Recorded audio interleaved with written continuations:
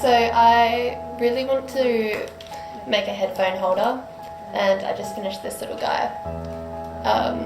So I thought it would be kind of cool to do like a big version of this for a headphone holder. So let's see how we go.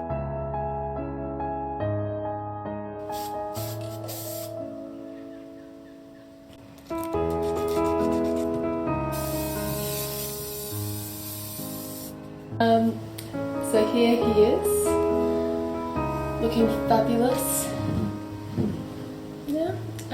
Just the only thing is